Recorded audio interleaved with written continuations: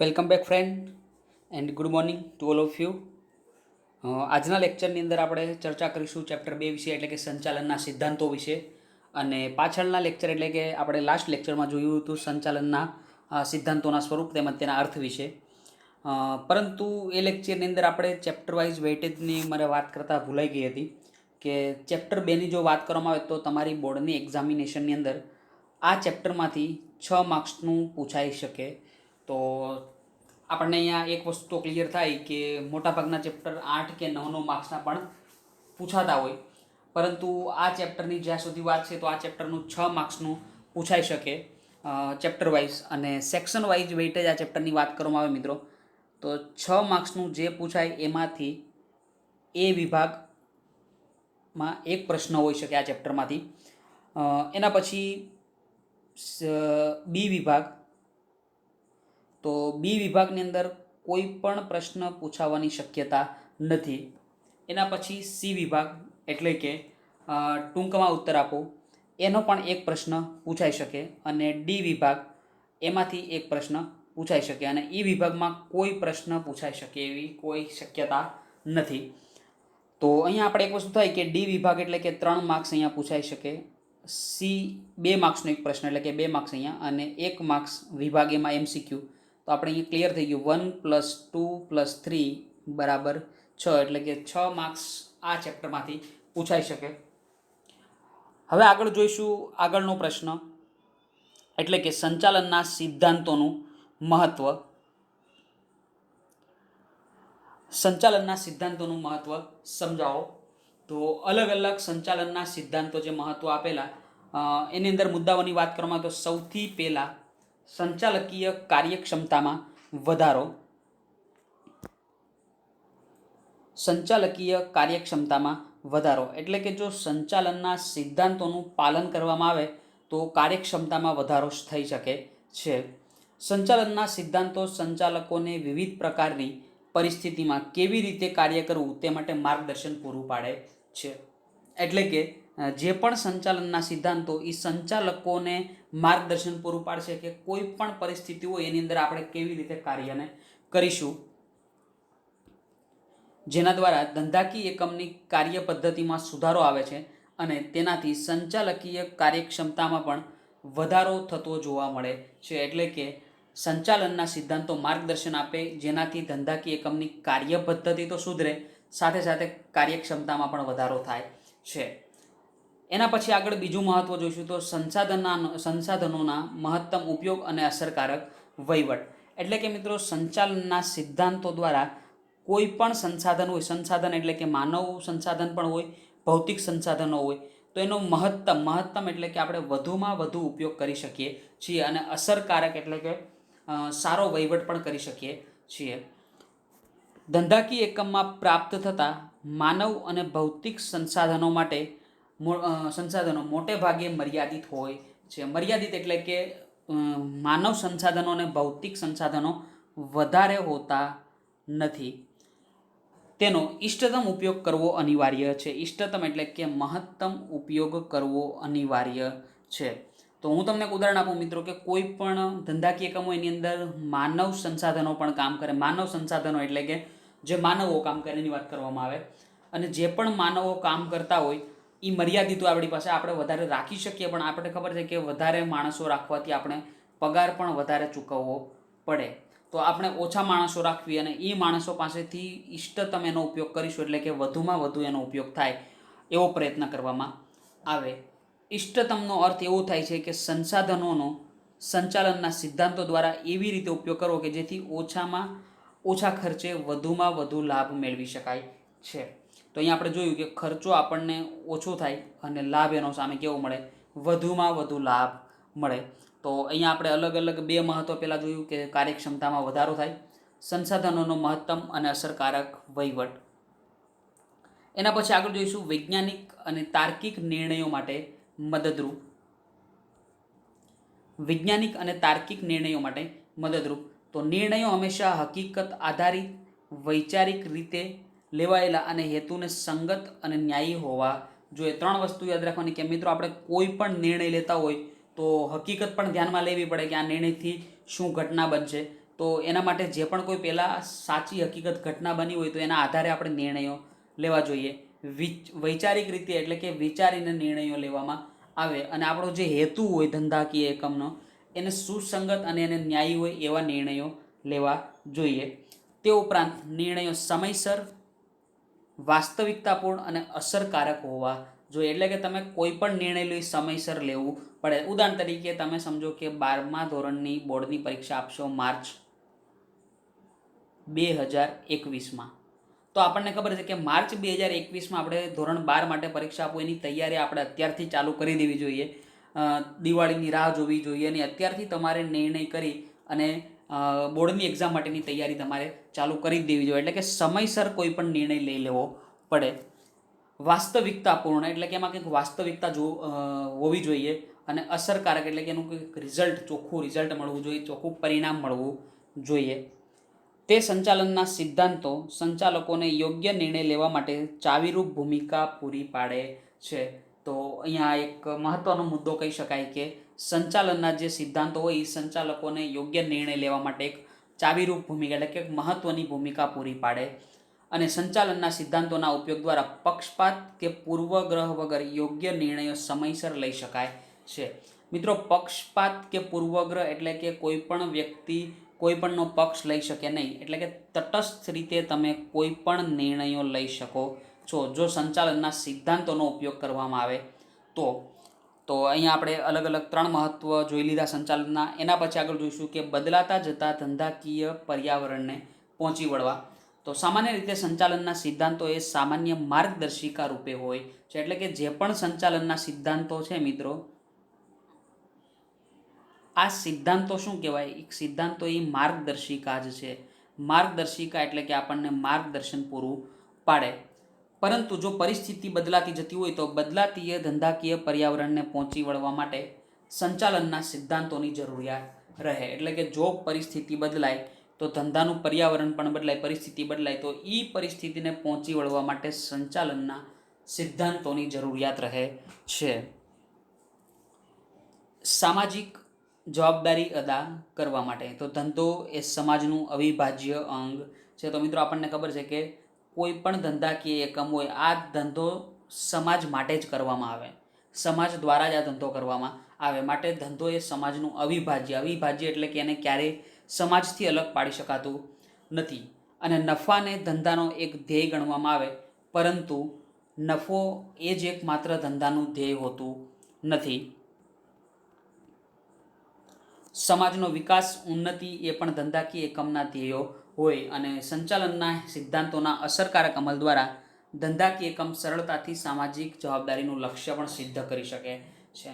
તો મિત્રો, અહીંયા આપણે જોયું કે કોઈ પણ ધંધાકીય એકમ હોય એ સમાજનું અભિન્ન અંગ છે, અવિભાજ્ય અંગ છે સમાજનું.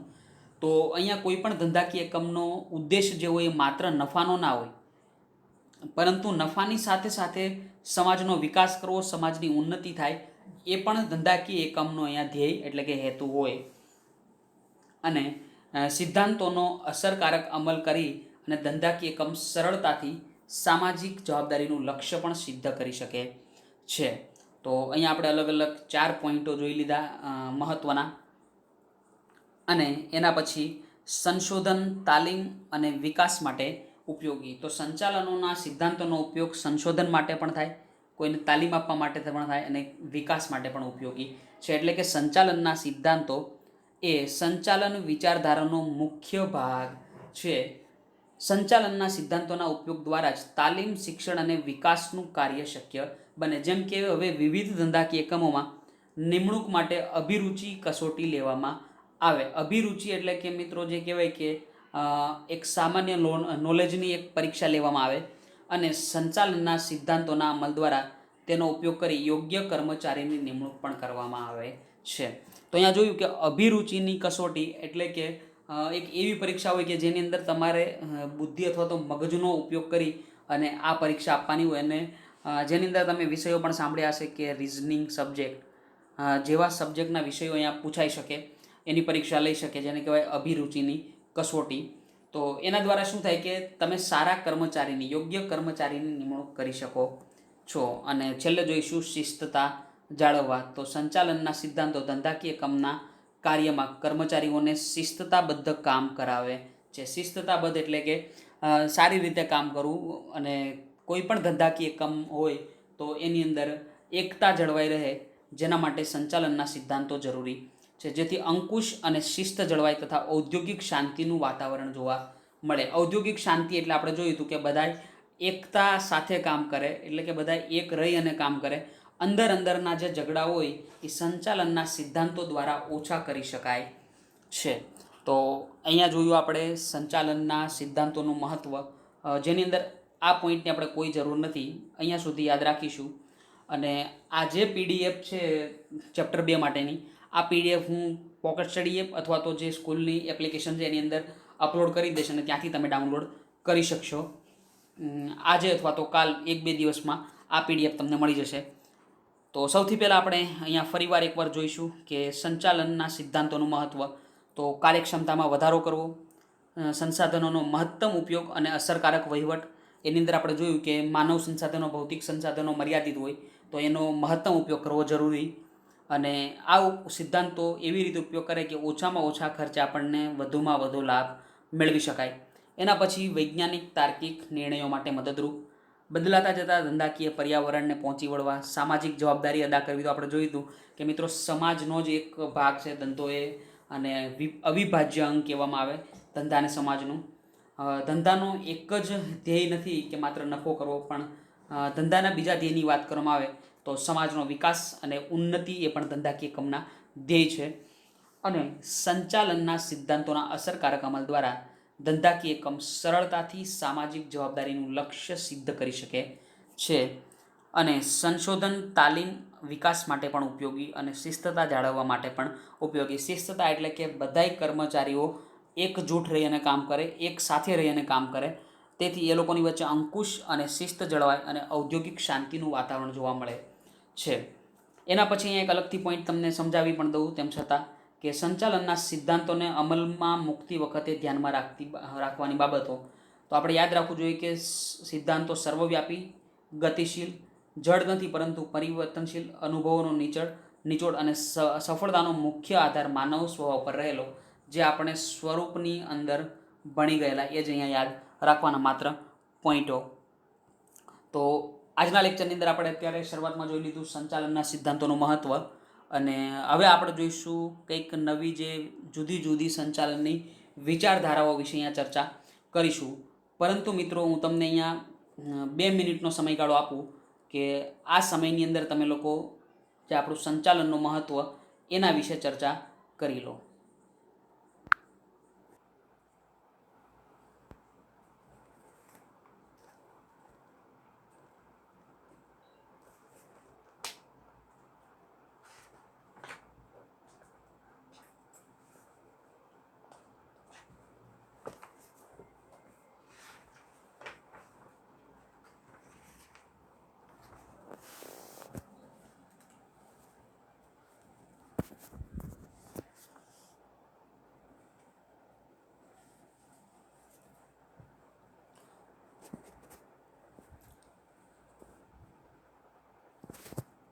Okay, welcome back. આગળનો પ્રશ્ન આપણે જોઈશું સંચાલનની જુદી જુદી વિચારધારાઓ સમજાવો. તો જુદી જુદી વિચારધારાઓની અંદર સૌથી પહેલાં પ્રશિષ્ટ વિચારધારાઓ. પ્રશિષ્ટ વિચારધારાઓ પછી એના પછી આવશે નવ પ્રશિષ્ટ સંચાલનની વિચારધારાઓ. ત્રીજી વિચારધારા જે કહેવાય કે વર્તન સંબંધિત વિચારધારાઓ. અને ચોથી વિચારધારા એટલે કે આધુનિક વિચારધારાઓ. મિત્રો, અહીંયા અલગ અલગ આપણે 4 વિચારધારાઓનો અભ્યાસ કરીશું, પરંતુ ચાર વિચારધારાઓનો અભ્યાસ આજે પૂરો કરવો મારા ખ્યાલથી પોસિબલ નહીં થાય. તો આપણે જોઈએ કે પ્રથમ 2 એટલે કે પ્રશિષ્ટ વિચારધારા અને નવ પ્રશિષ્ટ વિચારધારાના વિશે અભ્યાસ ચર્ચા કરીશું. તો અત્યારે આપણે ચર્ચા કરીએ છીએ અહીંયા પ્રશિષ્ટ વિચારધારાઓ. તો મિત્રો, પ્રશિષ્ટ વિચારધારાઓ એટલે અહીંયા એક વસ્તુ તમારે સિમ્પલ યાદ રાખી લેવાનું કે પ્રશિષ્ટ વિચારધારાઓ એટલે કે સૌથી જૂની વિચારધારા હશે અથવા તો સૌથી પહેલી વિચારધારા હશે. તો અહીંયા આપણને લખ્યું જ છે કે સંચાલનની વિચારધારાઓમાં 19મી સદીના અંત સુધીમાં જે વિચારધારાઓ રજૂ થઈ તે વિચારધારાઓને પ્રશિષ્ટ વિચારધારાઓ તરીકે ઓળખવામાં આવે છે. તો આપણે યાદ રાખવાનું કે 19મી સદીના અંત સુધીમાં જેટલી વિચારધારાઓ રજૂ થઈ જો અહીંયા શરૂઆત નથી આપી, અંત આપેલો કે ક્યારથી શરૂ થાય એ નથી કીધું, પણ 19મી સદીના અંત સુધીમાં જે વિચારધારાઓ આવી, આ વિચારધારાઓને પ્રશિષ્ટ વિચારધારાઓ તરીકે ઓળખવામાં આવે છે. પછી મોસ્ટ આઈએમપી જેને કહી શકાય કે પ્રશિષ્ટ વિચારધારાના મુખ્ય પ્રણેતાઓ કોણ હતા, તો પ્રશિષ્ટ વિચારધારાના મુખ્ય પ્રણેતા સંચાલન શાસ્ત્રીઓ, જેની અંદર Frederick Taylor, Max Weber, Gilbert, Henry Gantt and Henry Fayol છે. તો અહીંયા આપણે પાંચે પાંચના નામ યાદ રાખીશું કે મુખ્ય પ્રણેતાઓ કયા કયા હતા. Frederick Taylor, Max Weber, Gilbert, Henry Gantt and Henry Fayol. તો આ પાંચે પાંચના નામ યાદ રાખવા જરૂરી, અથવા તો તમે તમારા ચોપડાની અંદર ક્યાંક નોટ પણ કરી લેજો કે પ્રશિષ્ટ વિચારધારાના મુખ્ય પ્રણેતા કોણ હતા. એના પછી પ્રશિષ્ટ વિચારધારામાં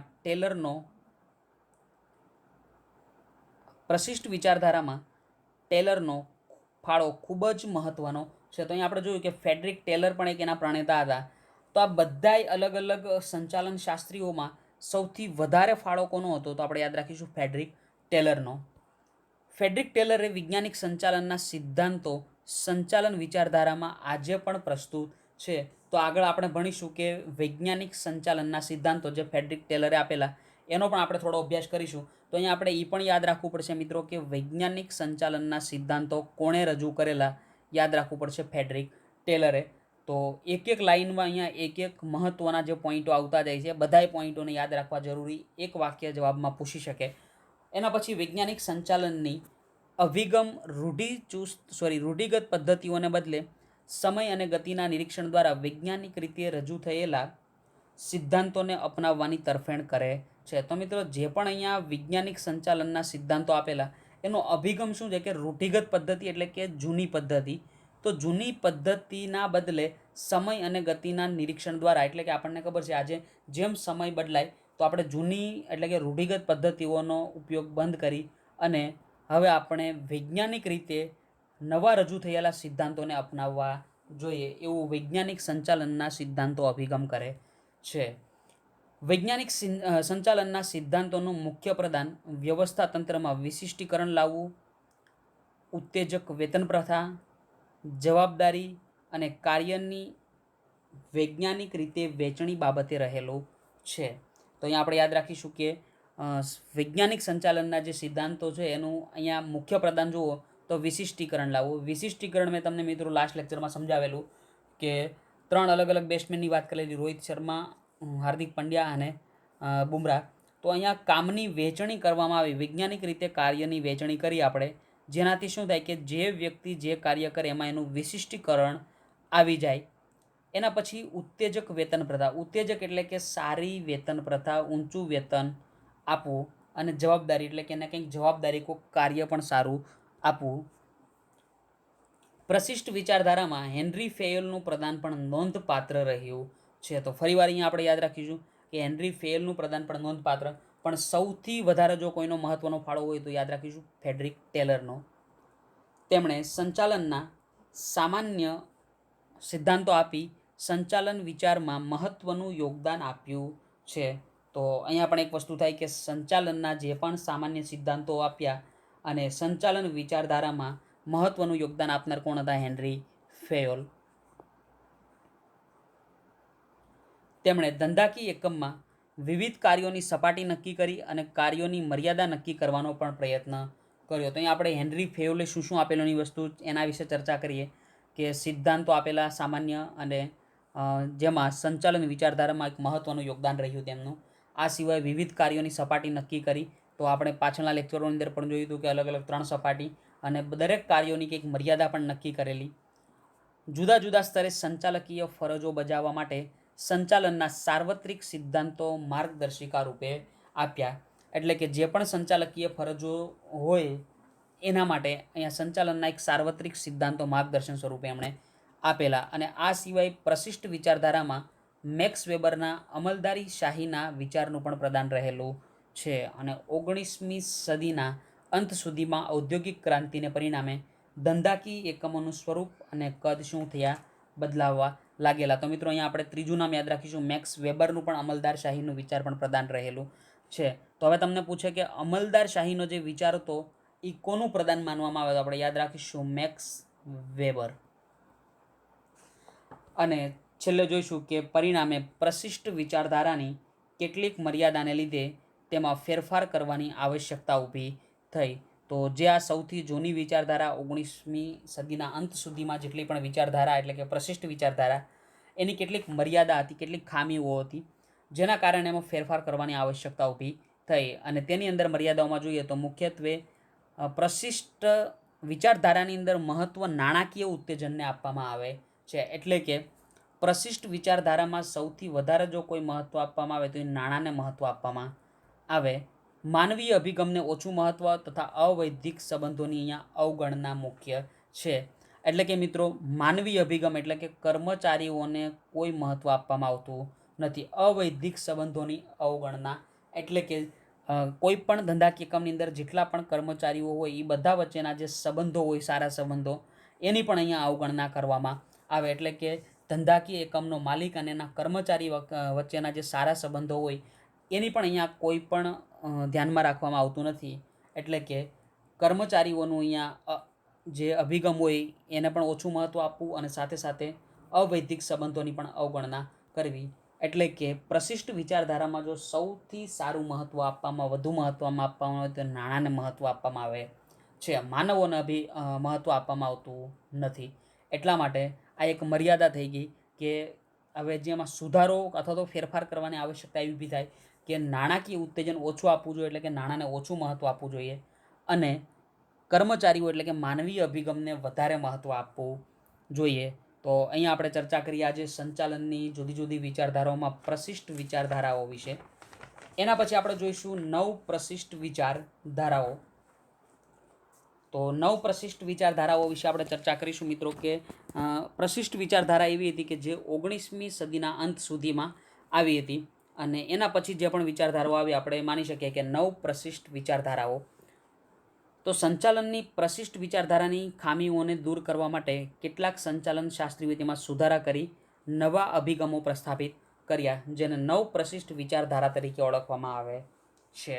તો સિમ્પલ જ છે કે જે પણ પ્રશિષ્ટ વિચારધારાની અંદર જેટલી પણ ખામી હતી એને દૂર કરી અને કેટલાક નવા અભિગમો પ્રસ્થાપિત કર્યા, જેને આપણે નવ પ્રશિષ્ટ વિચારધારા તરીકે ઓળખીએ છીએ. 19મી સદીના અંત ભાગમાં એટલે કે જ્યારે પ્રશિષ્ટ સંચાલનની વિચારધારાનો સમયગાળો પૂરો થાય ત્યારથી એટલે કે ઔદ્યોગિક ક્રાંતિ પછીના એકમો અને ઉદ્યોગોનું સ્વરૂપ શું થયું? બદલાયું અને નવા સંચાલનની જરૂરિયાત ઊભી થઈ. તો આપણને મિત્રો ખબર છે કે ઔદ્યોગિક ક્રાંતિ જે થઈ 1860 પછી એટલે કે 19મી સદીના અંતના ભાગમાં, એના કારણે એકમોનું સ્વરૂપમાં બદલાવ આવેલો અને જેનાથી નવ સંચાલનની જરૂર ઊભી થઈ, એટલે કે નવા સંચાલનની જરૂરિયાત ઊભી થઈ.